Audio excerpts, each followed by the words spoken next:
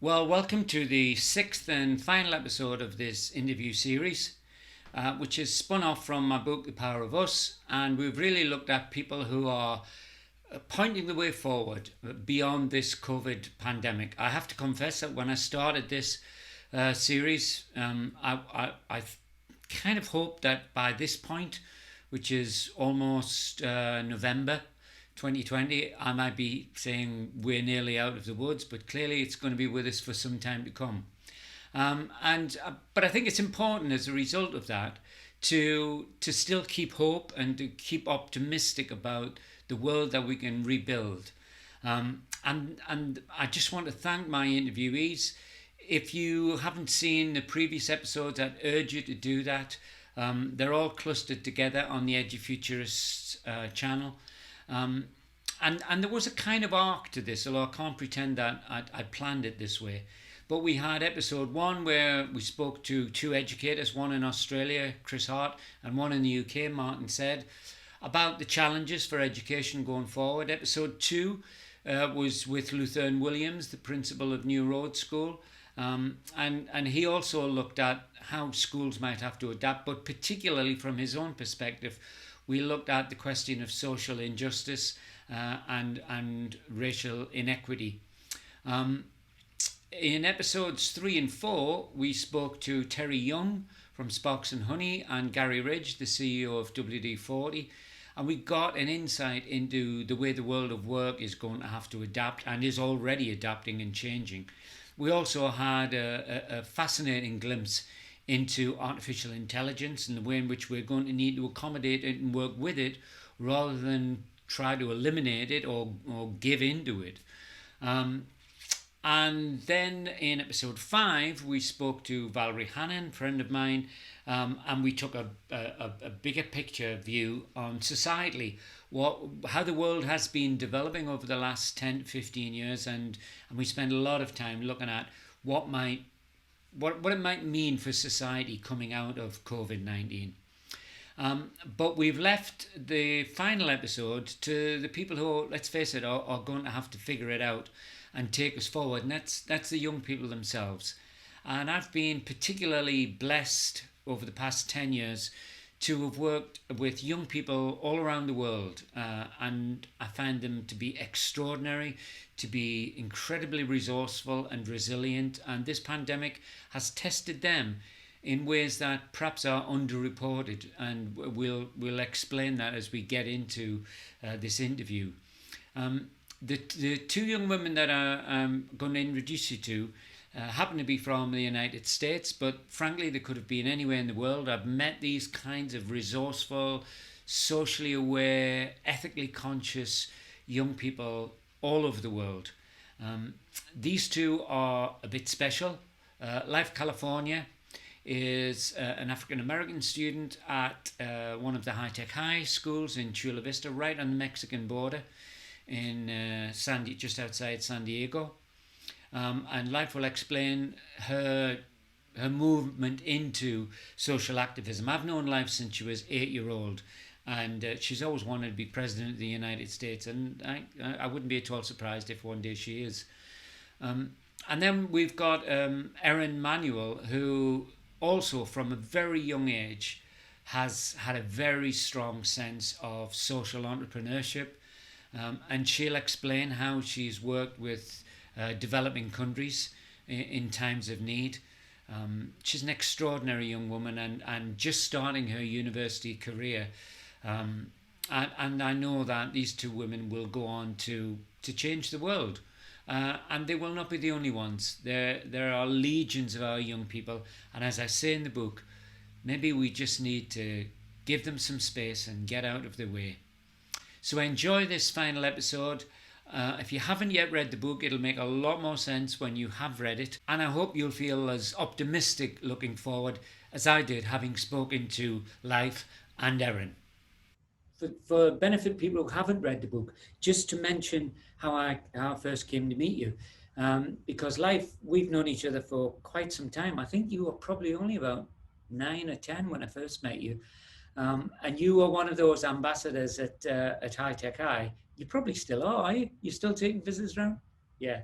Um, and you've always been a really impressive and articulate advocate, I think, for, well, lots of things, but particularly social justice. And we'll get onto that in a minute.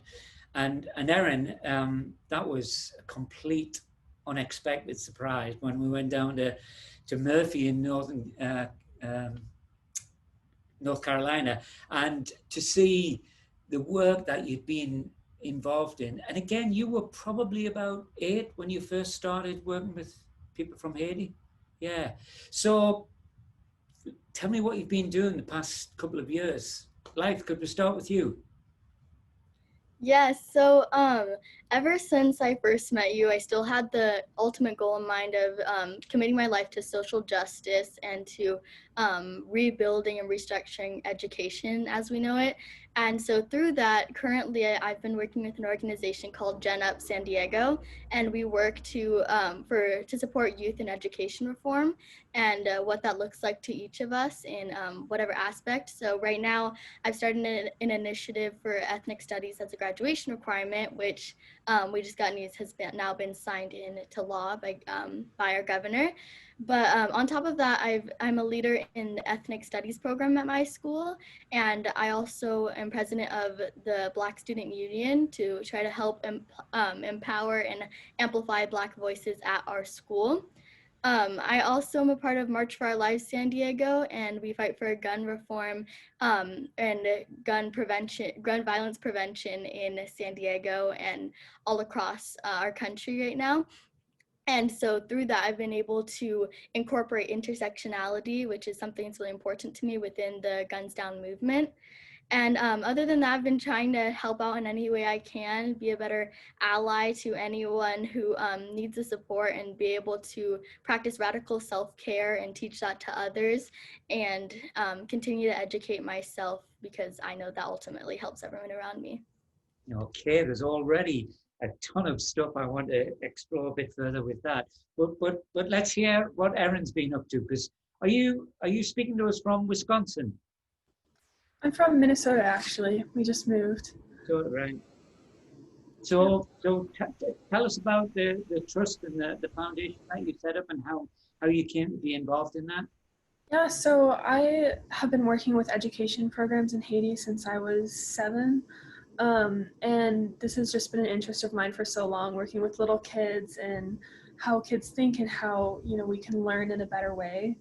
That's not just sit down at a desk and take a test and then forget the information right after. So in the past couple of years, since we last talked, I've been volunteering at elementary schools in Murphy and also working with a program in Guatemala now called PEG Partners, who just opened a new school. And so I've actually been able to go to Guatemala twice, which has been an amazing experience, and get to support their new school, which is also kind of project-based like my high school was. But another thing that I've really been focusing on doing is continuing a portfolio of art that I have called Children of the World, which is basically drawings that I've done of children I've met all over the world, and kind of their stories to show that we all really have differences, but we all also are so similar. And especially with this pandemic, we're all in this together. Um, Absolutely. and of course, applying to college, moving to Minnesota, so that too. Yeah, a lot of changing. When I first met you, you'd already been selling your artwork at, I think you said farmers markets and those kind of places. So when did you first go down to Haiti? I first went down in 2016. And then after I met you, I believe 2018, I went down for the second time to install my solar USB device charging station. Okay, Which is let's just explain to people what that was. Yeah, so it's a project where, in Haiti, a lot of the time at the school, they had very intermittent electricity, which is something I noticed when I went down in 2016. So I decided to make like a solar charger so you could just plug your phone charger in and it would charge it through a solar panel on the roof. So I was able to go down and install that in 2018. Wow. And I think at the time that we met, you would in I think you'd only just recently set up a charitable trust because you were doing some fundraising activities. Is that still going? Yeah, so what I call my like project basically is Reach for the Sun, which is what started my solar project, and that I've kind of grown over the years and just tried to integrate more types of my activism and just reaching out to others. So that's kind of my social media presence and website. Okay, great. And this is obviously a peculiar time that we're all in, and I wonder to what extent. Let's start with you, and then ask Life. To what extent the pandemic has affected your plans, your immediate kind of plans? It's definitely been very difficult because I really missed my last year in high school. So I missed like prom, pretty much graduation, like all our last memories. And also, coming up to college, I moved from North Carolina to Minnesota, which was just so much more difficult during a pandemic and definitely like canceled a lot of my summer plans. I was going to visit Guatemala again and go volunteer at this new school, but I wasn't able to do that. So it's been difficult. And will you be when the academic year starts? Will you be studying face to face, or is it all going to be remote? So I'm actually going to be on campus, but most of my classes are online. Right. And Life, how has the pandemic affected you and your work, if at all? Yeah, so I think it's all affected us in different ways, but for me, it's been really difficult creating those new connections in terms of the new chapters, organizations that we're trying to build up because we can't have those like face-to-face connections and like in-person relationships. But I also think it's hard to be able to get our message across in some ways because we have a lot of power in our voices, and so when our voices turn into like infographics and then social media and like all of that, sometimes it can get diluted. And so I think that it's been a matter of like us trying to manage that and think about how we're still going to make sure we're being heard. And but yeah, I think that, like Erin said, it's definitely canceled summer plans. And I was a sophomore when everything happened, so I kind of lucked out with my year because I didn't have anything too crazy going on. But starting junior year, it definitely has been a shift now that we are remote. So yeah. But I wonder, in a funny kind of way, if not having to be at school 9 to 5 has given you more time for your external interests. Yes, definitely. I've been saying how I really enjoy distance learning for some aspects because I'm able to manage my own schedule, and that's always been something that I thrive off of. And so through this, I'm able to attend all the meetings and then some, and make sure that I'm doing all the work that I want to do outside of my school. And it definitely has allowed way more time for that and flexibility in that sense. Wow. And you mentioned being involved in the movement for better gun control. What was Yeah. in any way connected with the Parklands, Florida students? Yes, so there's been the gun epidemic in our country has been going on for a very long time, and I think what's different about the Parkland shooting is that those students were they had a specific platform because of their privilege or where they were at and just the circumstance of everything that's happening, and so they were able to use their voice and come up from the tragedy that happened and create March for Our Lives. And so that's what I'm part of, which is from what they created, which is really cool because they took something so tragic and terrible and created something to where even me in San Diego can take part and can fight for a real change. But yeah, so it is directly from that incident. Right. Okay, great. And I, there are some young people that I talk to who say, we feel like the pandemic's robbed us of our kind of, short-term future because we're going to enter into an economic recession. You've got a big election coming up in the US. In terms of, let's start with Erin if we can on this. In terms of your longer term plans, do you feel more optimistic or less optimistic since the pandemic? Erin? I think I feel about the same, to be honest. It's definitely been a learning experience for us all. And I think that it's made me and a lot of other people stronger in many ways, but it's also definitely caused some problems and some difficulties that we're going to have to get through in the future. So I think it kind of balances out of how we've grown, but also what we're going to have to overcome because of it. Yeah. And what would you see I know it's impossible to look too far ahead, but what would your vision be of where you want to be? Because you've got so many things that you're involved in, your artwork, the work in developing countries. Where do you see your long-term future? Well, right now I'm focusing mostly on college, so definitely doing a lot of classes that I'm interested in social action and psychology and women's and gender studies. I know that I'll be in college for at least 4 years, probably more than that. But after that, I'm hoping to maybe start an organization or be an author to books that are about self-help or reaching out to marginalized communities. Any way that I can help other people is shaping my career, I think.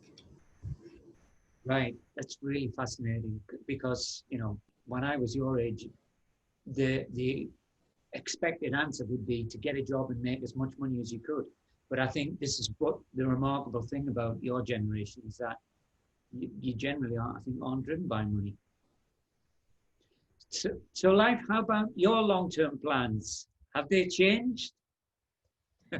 I mean, in some aspect, my main goal has always been to just help people, just as Erin said. And the best way that I know how to do that is through leadership and social justice. And so my goal, since as long as I can remember, has been to become president. But I don't want that to discredit from the work that I want to do now and that I can do now, and we as young people can do now. Even as a junior, there's plenty of work that has been done historically and that will continue to do that has just as great as impact as something I could do in presidency or whatever system I choose to take place from that. But the stepping stones to that I would like to go about is being a lawyer and helping marginalized communities who are disproportionately affected by mass incarceration in the U.S. And through that, I've been working with the California Innocence Project in the past, and they're amazing, and they help free wrongfully convicted people in the prison system in California. And so through that, we've been able to do some pretty amazing things at my school specifically. But I'm hoping to continue to work with them and do that work in that sense. Right. And given those interests, I interviewed Luther Williams last week, who's principal of an amazing school in Santa Monica.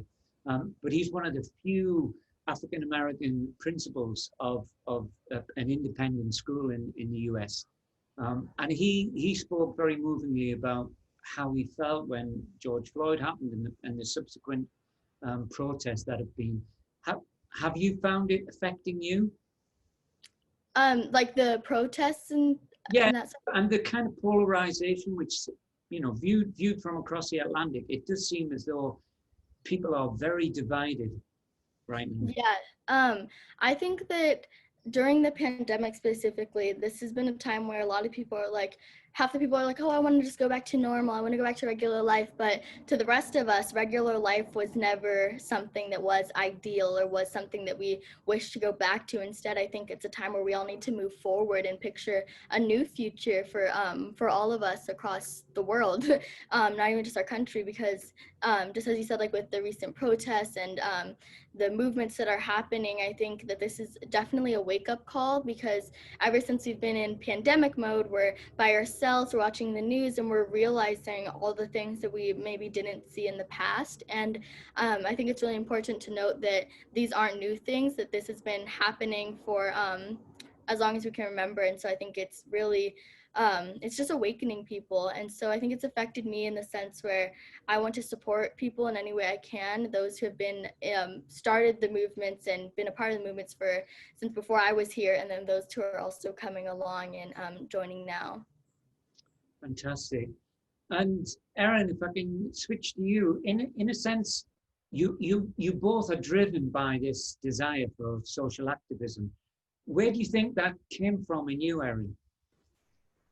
I was always very, very empathetic as a child. My mom always tells the story of how I was 2 and we were eating dinner, and I asked where chicken came from, and she told me, and I said, "People don't eat chicken." Um, so I definitely had a lot of empathy from a very, very young age, and I always was interested in helping others and just doing as much as I can for others and for animals. And so when the earthquake hit, I was in Haiti, I was 7, and I just saw these images of destruction and children without homes and things like that. And I just thought, those are kids just like me. They're just in a different place. And that really hit home for me. And I think that's honestly what's been driving me for the past 10, 11 years, is working towards that. But many 7-year-olds would have had that reaction, but then lost interest, or world moved on. You persevered with it. Why was that? What do you think there is in your character that makes you do that? I think for one, it was definitely that I felt so strongly about it, but also I was just a very stubborn child. And if someone told me, "No, you're too little to do that. You're just a girl. You can't do that," I was gonna do it. Um, so I honestly was like, this is something I need to do, and this is something that people don't expect for me to do. So I'm gonna do it better anyway. Right. And life, in terms of your interest in social activism, where did that all begin? I think that I've always loved to like speak and had these little hobbies that kind of built up to where I am today and the work that I want to do. But in a more like emotional, I guess, sense, within my community, my family, I've always seen things that I just knew weren't right and that I wanted to change. And I never thought that. I just always wanted to be the change that I wanted to see. And then like growing up with my family and the different backgrounds that they come from and roles that they have in society, there's definitely, I've witnessed the discrimination, the joy, all sides. And so through that, I wanted to um, I wanted to help them. I wanted to just help anyone that I could. And so just like the whole empathy aspect, that's really important, because I think a lot of the people in power today lack that. And so just as Erin was saying, like, I think empathy is at the core of all of this, and that we all ultimately just want to help each other and grow. So yeah, I think it's came from those main things. Right. And this is a question for both of you, really, which is, I think at one point in the book, I say, some of the young people that I've met are so kind of mature and passionate that we should just give them the keys to Parliament or the White House and get out of their way. To what extent do you feel, and this is for both of you, to what extent do you feel the existing kind of democratic system is working for you or not working for you? Would you like to answer? Right, yeah. Sure. I definitely agree. I don't know a lot about politics, so I don't want to over-explain something that I don't know as much about. But I think that democracy is definitely the best system we have in terms of, um, like, uh, in theory, sorry, because it's based on listening to the voices of the public and, the young people, and seeing how like what the general public wants, but definitely in its execution and implementation, I think it needs to be really looked at and improved and talked about, because it seems like a lot of people have just said, okay, well, the system is like this, it has been like this for several years, so it's fine. It's worked before, it'll keep working, it's fine. And I think we need to have a conversation about that. Absolutely. And how do you feel, since you're only, what, 8 weeks away probably from an election, how do you feel that that democratic process is working or under threat, as some people are saying? Yeah, it's definitely, this is my first time voting in election, and it's definitely tricky for me just because I've never done it before, and I'm having to register and do all this stuff that, you know, I don't really know how to do yet. But in addition, the pandemic and also with the whole thing about the post office and mailing votings, it's just a little scary for me to think, well, what if my vote doesn't get counted? And I know that a lot of people are worried about the same thing. Life, democracy, Yeah. is it dead yet? Wait, sorry, could you repeat that last part? Is democracy dead yet? Well, I agree with Erin, how in theory, democracy and like having like the system we have in place, and I think that in theory it sounds great, but in terms of execution, it's failed us countless times because people will love to say, well, the poverty rates are down or where the employment rates, blah, blah, blah, blah. And then you look outside and you still see hundreds of people sleeping on the streets. And I just don't feel that anything is working until we are all at the same level and true equity is acquired. And so I think in order to do that, we need to completely rebuild the systems in place that are enabling this. And as we know, like I've always said, I wanted to be president, but through that, I also want to recognize that the same system that I hope elects me is the one who has elected presidents in the past who many of us do not approve of. And so recognizing that and dismantling that and thinking of um, transformative ways of living and of democracy is really important in order to move forward and in order to create change, because in this world, reform is something that we got used to. It's just saying, oh yeah, we might reform this, but restructuring and rebuilding is what we need to come to and do, because these systems that are built upon um, foundations and values that do not uphold us all will not stand if we do. Right. And where would you start? You know, would it be the electoral college system, which everyone seems to be unhappy? Well, one side seems to be unhappy with. What for you are the biggest concerns? Yeah, so I think that the society that we live in America, definitely capitalist and definitely where our hierarchies determine pretty much everything in life, socioeconomically and every aspect. So I think that kind of dismantling that and understanding that like there was a system before this, there's indigenous cultures that were valued and worked before. And so as far as like where to start, I think that reimagining the power structures in our country and who has all the power and how we can distribute that, how we can create councils, how we can have all power to the actual people. And so electoral colleges is definitely something, but I think as a whole, just creating this is a marathon, not a sprint, but creating a whole new idea for how we govern ourselves and everyone around us, and who has that power. Yeah. And Erin, you're pretty unique, I think, in having seen so many countries outside of the US at a relatively young age. So if I was to say to you, you know, we could give you the keys, you know, if there was some magical transference of power, where where what for you would be the global priorities? What's the thing that you're really passionate about and want to see change? For me, that's really hard to answer because there's so many things that I would love to change in our world. But I think what speaks to me the most is education. Education about these issues, about how do we have empathy for other people, how can we show that and act on that, how to be anti-racist, how to learn about marginalized groups of people and how you can support them.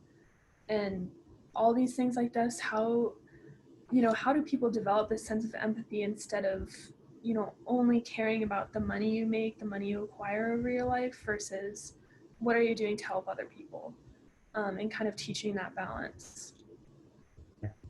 And life, you talked right at the start about something that I think you call radical self-care. Yes. What is that? So there's this quote that I love. It's by let me actually bring it up. It's by an activist who was very I have it saved actually, but who's very prominent in the Black Panther movement and all of that. Her name is Audre Lorde, and it says, "Caring for myself is not self-indulgence; it is self-preservation, and that is an act of political warfare." And that quote really stands out to me because when we look at marginalized communities specifically and our backgrounds and our people, we were not meant to, because of the systems that were put in place, we were not meant to be joyful and to be happy. And so doing that and resting, that is in itself a part of the revolution. And I think that it's so important that we are taking care of ourselves, because disproportionately marginalized communities are affected by mental health and illnesses of that sort, especially during the pandemic. And that's had the utmost effect on those communities. So I think taking time to practice self-care is definitely a radical act, because it's being happy and thriving, not only just surviving. And that's really important to me. Yeah, that's a great answer. So, Erin, you mentioned that it all starts with education. You've both been to fantastic schools, and certainly not your average high schools. Um, but if you were looking to education systems that would help um, young people be much more agents of their own destiny. You know, I say in the book, it's your generation, not mine, who essentially will have to put the world back together again over the next 20 years. You know, we've got the climate emergency that we haven't even talked about. That's not gone away. So how do educators best prepare young people to be agents of their own destiny? Let's start with you first, Aaron. I think again, the just having a lot of conversations, discussing it, and having like a two-way street where not only will the teacher say, well, this is what I think as an older person like you can benefit from, but also the student saying, well, this is my perspective and this is how I see it, and not just have one up here and one down here, but have on equal level a conversation to both benefit both parties and how we can learn and grow from each other. And you attended a school which is Tri-County, which seemed to me, at least, to be very heavily embedded in its community. And you did a lot of work on projects with senior citizens. And do you think that's helped you? Yes, I really love that I went to Tri-County because there was a lot of that, like respectful conversations with teachers, like I was just saying, and just an equal playing field of like the students wanted this and thought they would benefit more from this, so the teachers listened and we kind of worked together.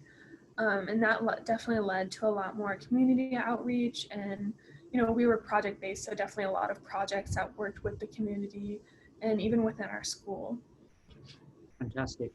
And life, how would you answer that question? How do we prepare young people for the challenges that lie ahead?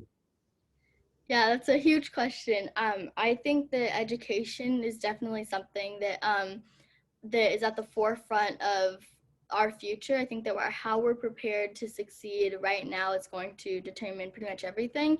And so I think that we need to restructure education as a whole. And just as Erin said, I love that point of like the power dynamic and student autonomy within schools, and having it to where teachers and I know at least all of my teachers this year, they made it very clear to us that we are going to be on an equal playing field, and that we're each going to be continuously learning together and learning from one another. And so I think that's really important. And having ethnic studies at the forefront of education is definitely going to shape us and to create the positive change that we wish to see. Civic engagement within schools, and ensuring that everyone has the opportunity to develop our capacities and understanding our roles in complex social, economical, and political systems around us. And so I think that all of these things have to do with education and how we're teaching our youth and lack thereof in some sense.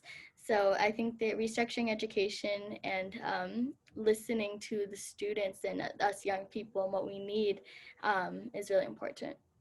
Yeah, and within the more nobler aspirations of education, it seems to me, is the desire for truth and justice.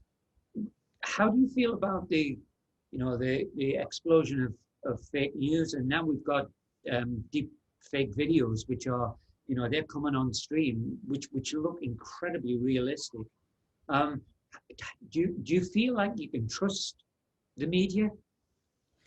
Well, the media is definitely biased in all realms, no matter what you're getting it from, because these people are getting paid to say certain things. And so that's what we have to remind ourselves every time we're looking at something or watching a video is like, these people are benefiting off of the exploitation of whatever they're talking about, or they're exploiting, whatever it is that they're talking about. And same goes for in the age of social media, and where so many people are getting all their information from social media, which can be very harmful at times. And I find myself constantly letting others know, that my friends, if they're reposting something is floating around, I'm like, hey, here's another article that might share a different view on that, and whatever that sense is. So I think that it's really important to constantly question ourselves and everything that we believe in, because without that, then we'll fall trapped to the system, and we'll fall trapped to everything that that was meant to happen, for us to just get lost in